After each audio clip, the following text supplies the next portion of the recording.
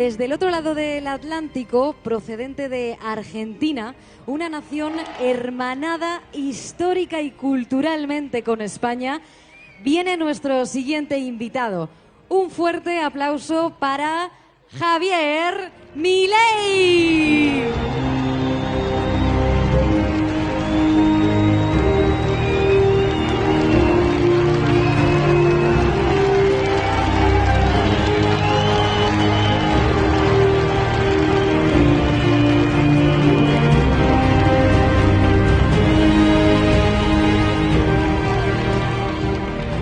Buenas tardes, muchas gracias a todos ustedes, muchas gracias. No creí que de este lado del Atlántico me conocían tanto. ¡Viva la libertad, carajo! ¡Viva España! ¡Viva Vox! ¡Viva Santiago Abascal! ¡Vamos contra los zurdos! En primer lugar, deseo darles las gracias a todos ustedes por esta tan calurosa bienvenida. Deseo darles las gracias a Vox y muy especialmente al queridísimo Santiago Abascal por haberme invitado y poder estar junto a ustedes. Muchas gracias.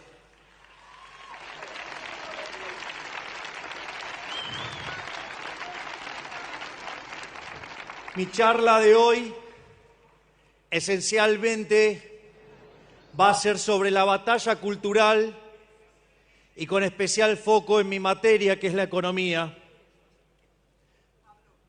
Entonces vamos a tratar de entender cómo el surderío nos contamina la vida, cómo buscan destruir nuestra sociedad, cómo buscan arruinar nuestras vidas convirtiéndonos en esclavos. En ese sentido, lo primero que tenemos que tener claro es que allá en 1989 se cayó ese muro, el muro de la vergüenza, y aplastó a los zurdos. Y sin embargo siguen contaminando nuestra sociedad. Y eso es muy a pesar de que aquellos países que son más libres crecen el doble que los países reprimidos.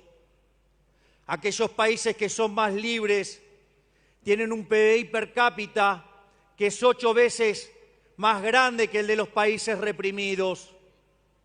No solo eso, ellos que tanto hablan de la desigualdad, los países libres, el decil más bajo, es 11 veces más rico que el del país reprimido. No solo eso, sino que además el decil más bajo está mejor que el 90% del país reprimido. Hay 25 veces menos de pobres en el formato estándar, 50 veces menos en el formato extremo. La gente vive un 25% más. Y además, ellos que se jactan de los derechos que consiguen, los países libres tienen más derechos políticos que los que supuestamente dan ellos.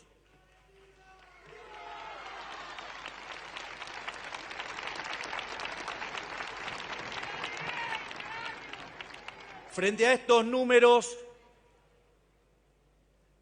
los zurdos mentirosos, y esto es interesante para que lo tengan en cuenta, donde cada vez que uno les muestra un dato, los van a acusar ¿de qué?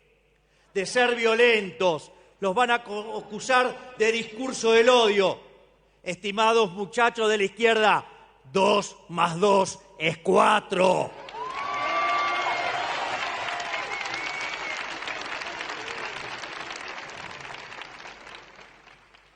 Y muchas veces, cuando uno plantea esta cuestión de evidencia cuantitativa, dice, pero no, son países que son culturalmente distintos, que tienen elementos distintos, personas distintas. Y la realidad es que la evidencia también los contradice. Porque cuando uno mira la experiencia de Alemania, la Alemania occidental, la Alemania capitalista progresó y sin embargo la Alemania comunista se hundió. De hecho, el muro en realidad verdaderamente mostró la caída del socialismo no en 1989, sino cuando lo tuvieron que construir en 1961. Es más, esa triste historia está narrada por una canción de un compatriota de ustedes, Nino Bravo, que se llama Libre y que justamente cuenta la historia de Peter Fetcher cuando intentó salir de ese horror que es el socialismo real.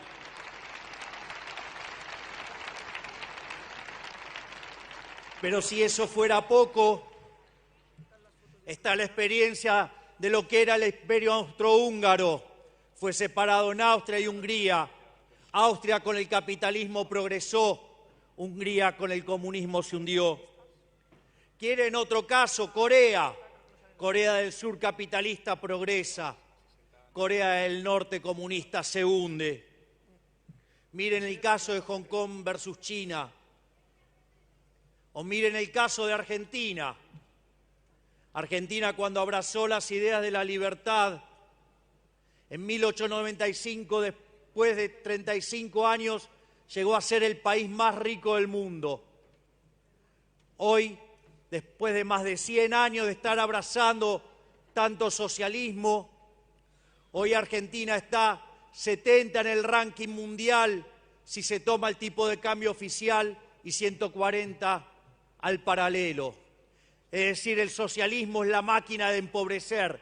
El socialismo en siempre y en todo lugar un fenómeno empobrecedor, un fenómeno miserable, un fenómeno del odio, un fenómeno de la violencia.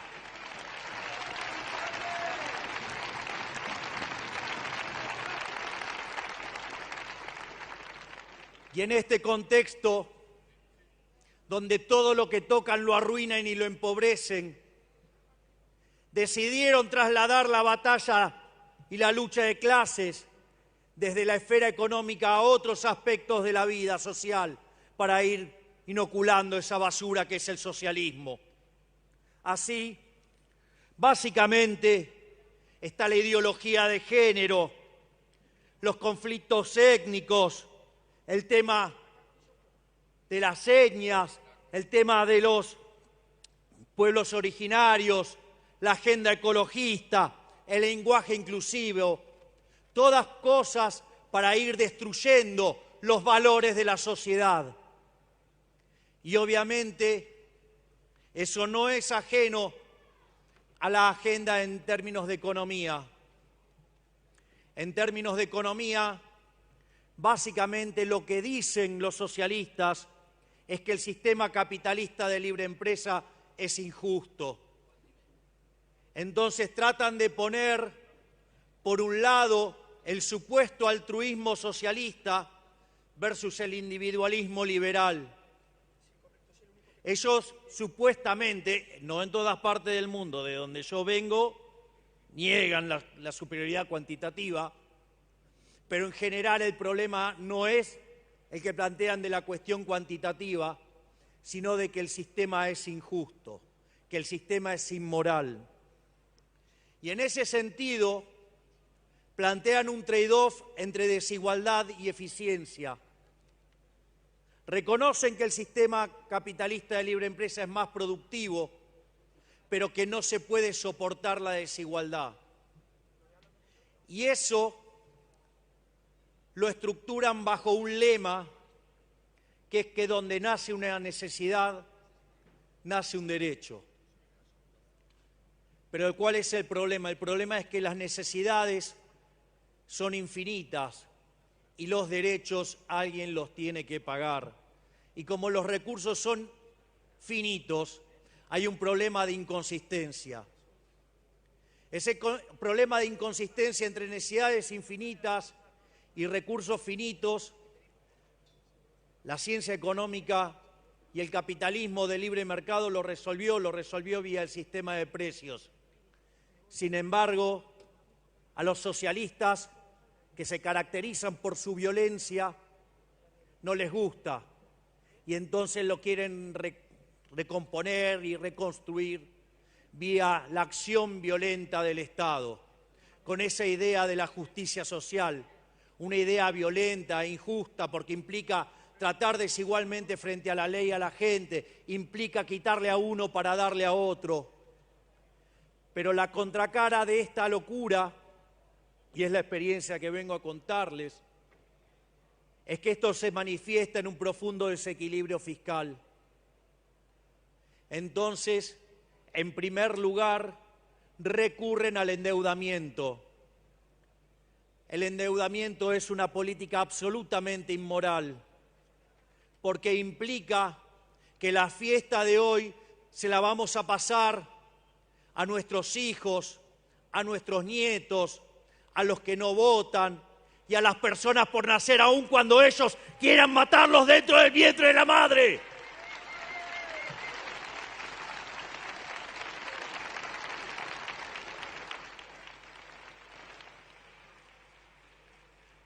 La otra alternativa que suelen utilizar es el financiamiento vía el Banco Central, es decir, financian el déficit fiscal con emisión monetaria, generan inflación que no solo perjudica el crecimiento económico, sino que ellos que tanto dicen defender a los más vulnerables, les pega entre 25 y 30 veces más fuerte a los más vulnerables. Es decir, ellos, digamos que tanto se ocupan de los pobres, lo único que hacen es aumentar el número de pobres.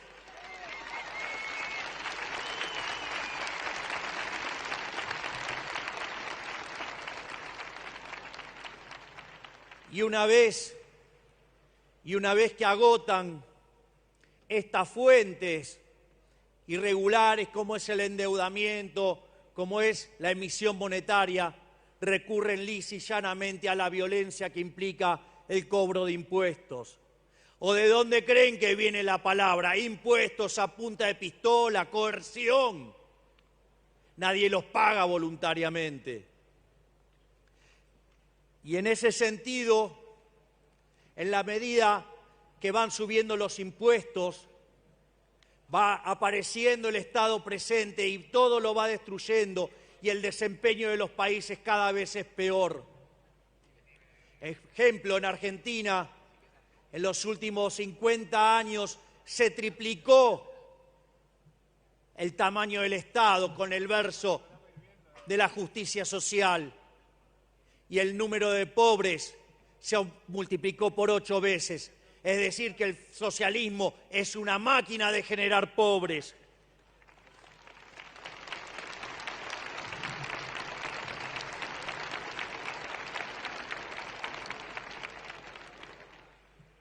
Y en este sentido, también hay parte de responsabilidad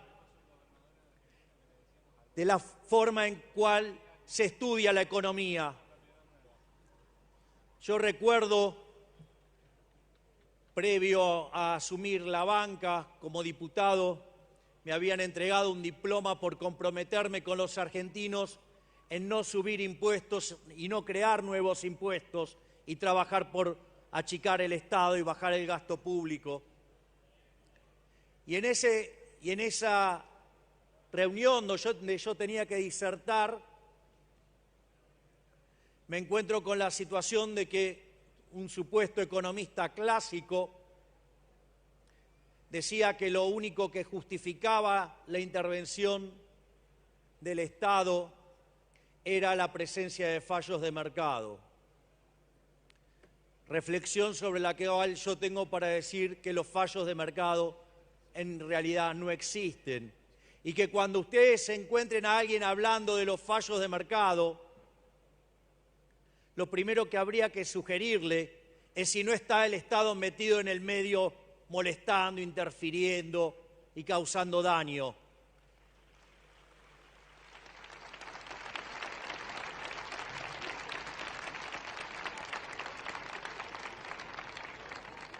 Y si aún así se mostrara que no está metido el Estado, invitaría a quien diga eso que vaya y estudie de vuelta el tema porque seguramente lo hizo mal.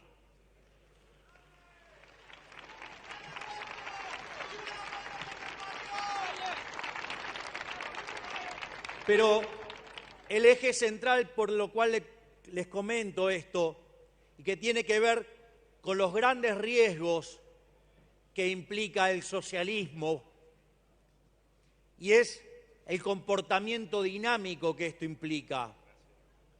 Ya en su libro Intervencionismo, el mito de la tercera vía, Mises decía que no había soluciones intermedias, que solamente existe el capitalismo de libre empresa y el socialismo real. Y siguiendo la lógica de camino de servidumbre de Hayek, cualquier intervención que se haga,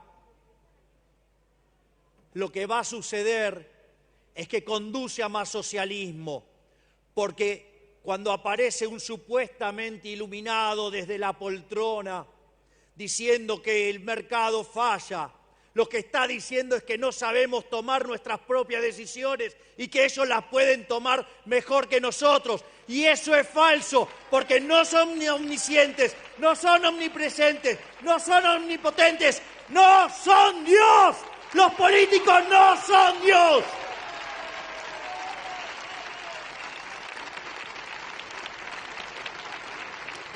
Y en ese sentido, cada vez que aparece la garra del Estado, a lo que funcionaba bien, ahora empieza a funcionar mal. Y eso después demanda más intervención, y después aparece más Estado, y aparece peor funcionamiento, y así sucesivamente.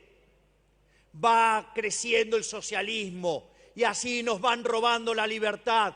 Por lo tanto, quiero también dejarle el mensaje que esto no es para tibios. Acá no valen las soluciones intermedias, porque las soluciones intermedias son funcionales a más socialismo, son funcionales al comunismo.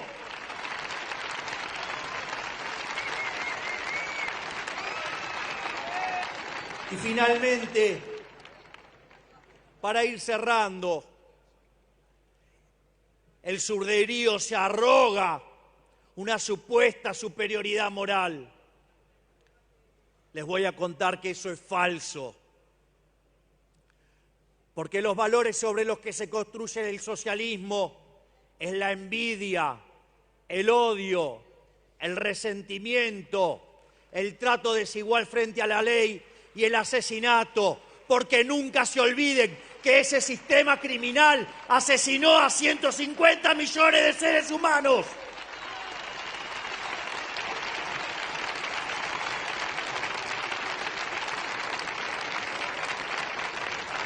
Mientras que por otro lado venimos y le proponemos el sistema de la libertad, como fue definido por el máximo prócer de las ideas de la libertad en Argentina, el gigante profesor Alberto Venegas Lynch, hijo, que dice que el liberalismo es el respeto irrestricto del proyecto de vida del prójimo, basado en el principio de no agresión, en defensa del derecho a la vida, en defensa del derecho a la libertad, en defensa de la propiedad privada, cuyas instituciones no solo son la propiedad privada, los mercados libres, la libre competencia, la división del trabajo, la cooperación social, y donde solamente es posible ser exitoso sirviendo al prójimo con bienes de mejor calidad a un mejor precio. Por lo tanto, no tengan miedo, vayan y den la batalla contra el surderío, que se la vamos a ganar. No tengan miedo, somos superiores productivamente, somos superiores moralmente. Vayan y den la pelea. Esto no es para tibios, esto es para tomarlo de cara a los socialistas y ganarle esta batalla. ¡Viva la libertad, carajo! ¡Viva la libertad, carajo! ¡Viva España! ¡Viva Vox! ¡Viva Santiago Abascal! ¡Viva la libertad, carajo! Muchas gracias.